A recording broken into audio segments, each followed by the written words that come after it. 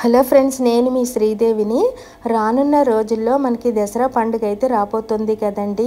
ఈ దసరా పండుగకి మీకు స్పెషల్ దమ్ బిర్యానీని ఎలా చేసుకోవాలన్నది ఈ వీడియోలో అయితే మీకు చూపించబోతున్నానండి. ఈ స్పెషల్ దమ్ బిర్యానీ పండగ టైంలో చేసుకుని తింటే చాలా బాగుంటుందండి. ఒకసారి నేను వీడియోలో చూపిస్తున్నట్టుగా మీరు కూడా ఒకసారి ట్రై చేసి చూడండి ఫ్రెండ్స్. అయితే లేట్ చేయకుండా స్పెషల్ దమ్ బిర్యానీ ప్రాసెస్లోకి అయితే వెళ్ళిపోదామండి. ముందుగా ఇక్కడ నేను 1/2 kg రైస్ తీసుకున్నానండి. అంటే 2 గ్లాసులు బియ్యాన్ని తీసుకున్నాను. ఇవి కాస్త చక్కగా 1 గంట పాటు నానబెట్టుకుని పక్కన ఉంచుకోవాలి. అలానే చికెన్ అండి, ఇది 3/4 kg చికెన్. 1/2 kgకి 3/4 kg చికెన్ తీసుకున్నాను.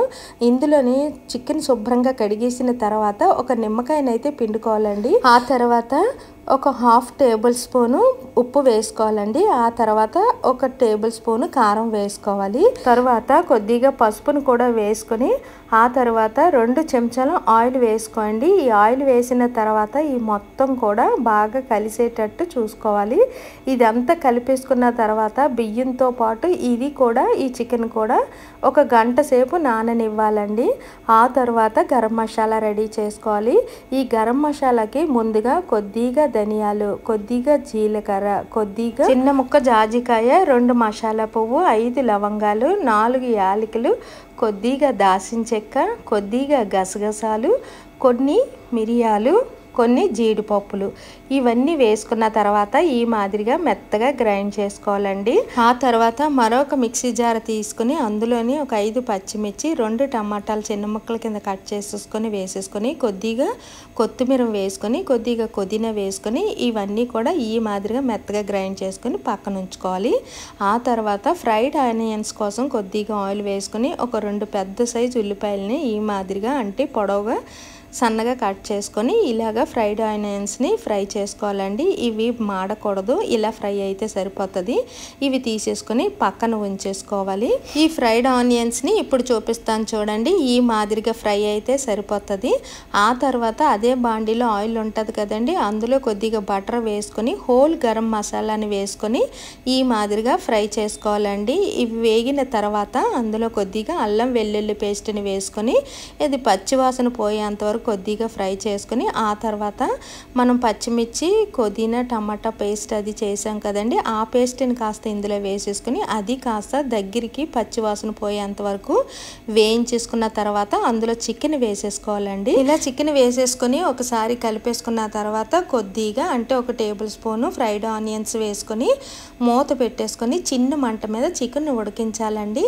ఈ చికెన్ ఉడికే లోపు మనము ఎసరిని పెట్టుకోవాలి, రైస్ ఉడికించుకోవాలి. దాని పక్కనే ఇలా ఎసరు పెట్టుకున్న తర్వాత ఇందులో హోల్ గరం మసాలా సాజీరాతో పాటు వేయాలండి. ఆ తర్వాత అల్లం వెల్లుల్లి పేస్ట్, కొద్దిగా ఉప్పు, కొద్దిగా కొత్తిమీర, మరి కొద్దిగా పుదీనా, అందులో కొద్దిగా ఆయిల్ కూడా 2 టేబుల్ స్పూన్ ఆయిల్ కూడా వేసుకొని ఆ తర్వాత కొద్దిగా పచ్చిమిర్చి వేసుకొని ఇది కాస్త ఎసరుని బాగా మరగనివ్వాలి. ఈ ఎసరు మరిగిన తర్వాత మనం నానబెట్టుకున్న బియ్యాన్ని అయితే వేయాలండి ఇందులోని. ఈ రైస్ ఉడికి ఒక పక్క రైస్ ఉడుకుతూ ఒక ప్రక్క చికెన్ కూడా ఉడుకుతూ ఉండాలండి. చికెన్ లో ఫ్లేమ్ మీద ఉడకాలి. ఇలా ఎసరు మరిగిన తర్వాత బియ్యాన్ని వేసేసి ఒకసారి కలిపేసుకొని ఇలా రైస్ ఉడికేటప్పుడు స్టవ్ లో ఫ్లేమ్లో పెట్టుకోవాలండి. ఆ తర్వాత ఒక పక్క రైస్ ఉడకాలి, ఒక పక్క చికెన్ ఉడుకుతుంది కదండి. ఇప్పుడు చికెన్ అయితే ఉడికిపోయిందండి. చికెన్ 15 నిమిషాల పాటు ఉడికించుకుంటే సరిపోతుంది లో ఫ్లేమ్ మీద. చికెన్ అయితే ఉడికిపోయిందండి, నేను చెక్ చేశాను. ఆ తర్వాత ఇందులోని మనం గరం మసాలా పౌడర్ని చేసుకున్నాం కదా, అది కాస్త ఇందులో వేసేసుకొని ఈ మసాలా అంతా కూడా ముక్కలకు పట్టేటట్టు ఒకసారి కలిపేసుకొని ఆ తర్వాత 2 నిమిషాల పాటు ఇలా ఉంచుకొని ఇప్పుడు ఉడికిన రైస్ని, అంటే రైస్ పూర్తిగా ఉడికిపోకూడదండి, రైస్ని ఎసట్లో వేసిన తర్వాత 10 నిమిషాలు అయితే సరిపోతుందండి. ఎందుకంటే మనం రైస్ని బాగా నానబెట్టాం కాబట్టి 10 నిమిషాల్లో ఉంచుకొని చూసుకుంటే, అంటే రైస్ పూర్తిగా ఉడికిపోకూడదు, చిన్న పలుకైతే ఉండాలి. ఒక ప్రక్క ఇలాగా చికెన్ ఉడుకుతుండగా అంటే మనం మసాలా వేసిన తర్వాత ఇది ఇలా ఉడుకుతూ ఉండగానే మనం ఇందులోని దమ్ము పెట్టడానికి ఈ రైస్ని అయితే వేసుకోవాలండి. అయితే ఇప్పుడు రైస్ పదును ఏ విధంగా ఉండాలా అన్నది మీకైతే ఇక్కడ నేను చూపించబోతున్నానండి. మసాలా వేసిన తర్వాత ఇలాగ 2 నిమిషాల పాటు చికెన్ ఉడకాలి, ఒక ప్రక్క రైస్ ఉడకాలండి. ఇవి 2 కూడా ఉడుకుతూ ఉండగానే మనం ఈ దమ్ అయితే పెట్టాలి. చూడండి ఇక్కడ రైస్ని మీకు చూపిస్తున్నాను. ఈ మాదిరిగా చిన్న పలుకుంటే మనం రైస్ని ఇందులో దమ్ములో వేసేసుకోవాలండి.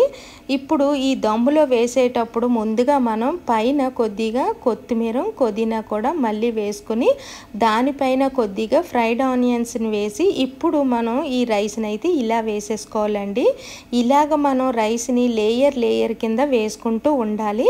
ఇప్పుడు ఒక లేయర్ వేసాను కదా, మరొక లేయర్ వేసే ముందు కొద్దిగా కొత్తిమీర పుదీనా ఈ మాదిరిగా వేసుకొని ఆ తర్వాత ఫ్రైడ్ ఆనియన్స్ కూడా మరొకసారి ఇలా వేసుకొని మరొక లేయర్ కింద ఈ రైస్ని అయితే వేసుకోవాలండి. ఇలా మనకి ఎన్ని లేయర్స్కి సరిపడా వస్తే అన్ని లేయర్స్ని వేసుకోవాలండి. అది బియ్యం క్వాంటిటీని బట్టి ఉంటుంది.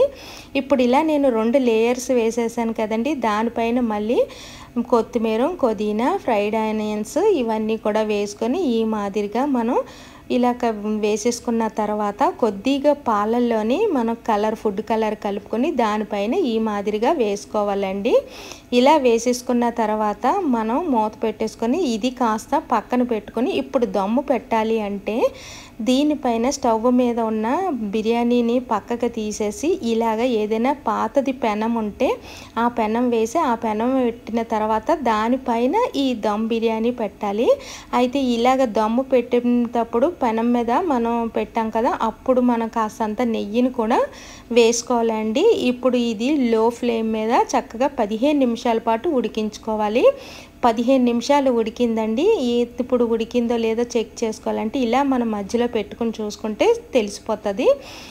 చికెన్ దమ్ స్పెషల్ బిర్యానీ అయితే రెడీ అయిపోయిందండి. చూసారా ఎంత చక్కగా వచ్చిందో. ఇప్పుడు మనం దీన్ని పైకి కిందికి కూడా చక్కగా కలిపేసుకుని చూద్దామండి.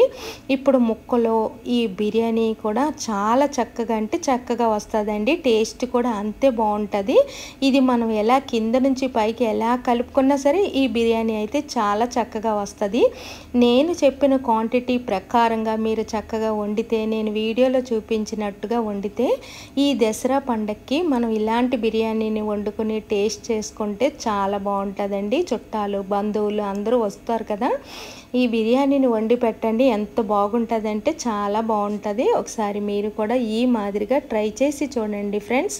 టేస్ట్ అయితే అదిరిపోతుంది. మరి ఇలా చేసిన స్పెషల్ దమ్ బిర్యానీలోకి మనకి ఇంకేమి గ్రేవీ కూడా అవసరం లేదండి, అంత చక్కగా ఉంటుంది. మరి ఇలాగ మనం కచంబరు ఆనియన్ పెట్టుకుని సర్వ్ చేసుకుని తింటే సూపర్ అంటే సూపర్గా ఉంటుందండి. రానున్న ఈ దసరా పండక్కి మీరు కూడా ఇలాగ స్పెషల్ దమ్ బిర్యానీని ట్రై చేసి చూడండి ఫ్రెండ్స్.